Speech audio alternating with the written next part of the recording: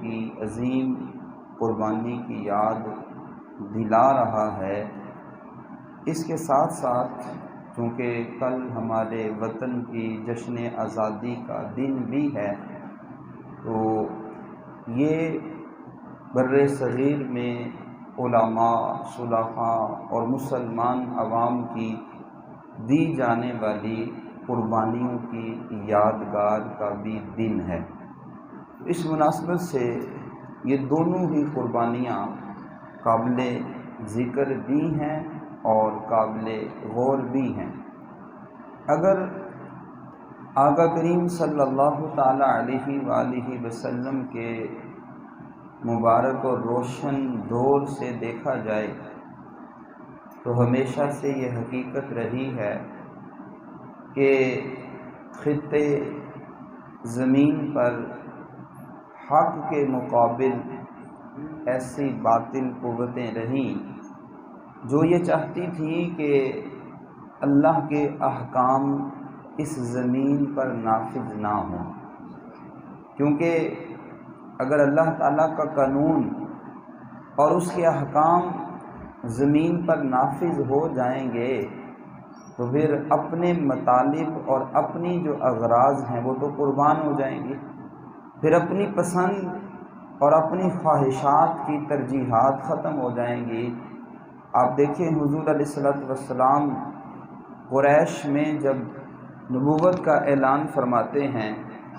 تو کیا وہ لوگ اس اعلان نبوت سے پہلے حضور کو صادق اور امین نہیں کہتے تھے؟ اس اعلان نبوت سے پہلے ابو جہل حضور علیہ السلام کے پاس امانتیں نہیں رکھواتا تھا۔ اس اعلان نبوت سے پہلے وہ فخر کرتے تھے کہ ان جیسا فرد ہمارے خاندان کا ہے تو یہ بڑی عزت اور شرف کی بات ہے، لیکن جب ان کے مفادات پہ زد پڑتی ہے اور حکم آتا ہے کہ زمین اللہ اور اس کے رسول کی ہے،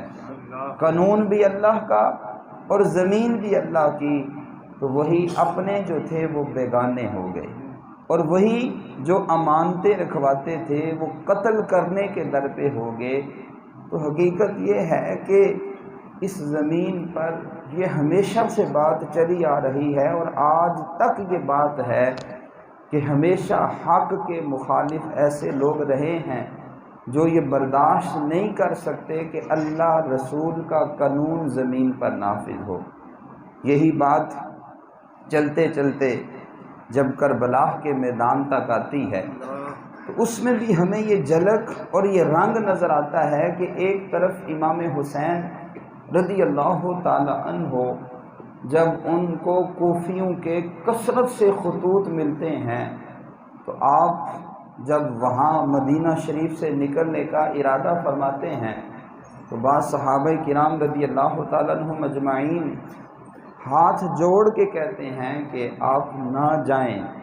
کوفے والوں نے پہلے بھی اپنے بھائی، آپ کے بھائی کے ساتھ وفا نہیں کی تھی، وہاں آپ کے والد مولا علی شیر خدا رضی اللہ تعالیٰ عنہ ان کو بھی شہید کیا گیا تھا،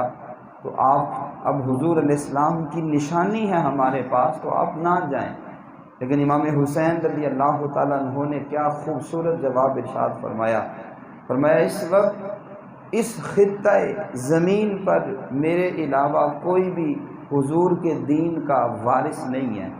یعنی رشتے خاندان کے اعتبار سے فرمایا کہ میرے علاوہ کوئی بھی احق نہیں ہے۔ مجھے اتنی کثرت سے خطوط آئے ہیں، اگر میں نہیں جاتا تو کل قیامت کے دن اگر انہوں نے مجھ سے سوال کیا کہ ہم نے تو آپ کو خط لکھے تھے اور بلایا تھا بیعت کے لیے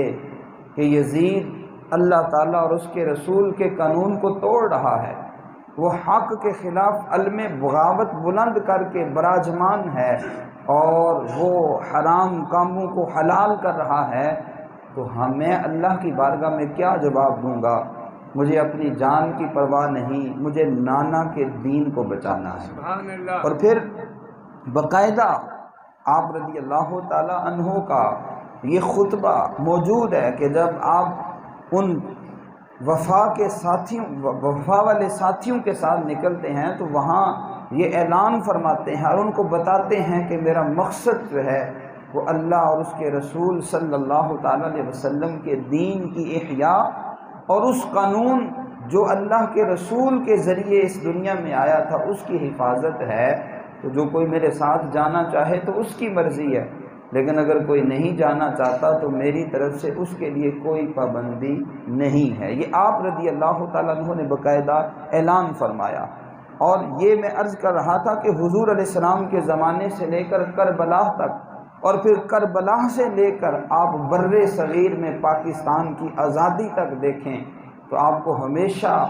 حق کے مخالف ایسے لوگ نظر آتے ہیں جو اس بات کو پسند نہیں کرتے کہ اللہ اور اس کے رسول کا قانون نافذ ہو جائے۔ آج بھی صاحب اقتدار لوگ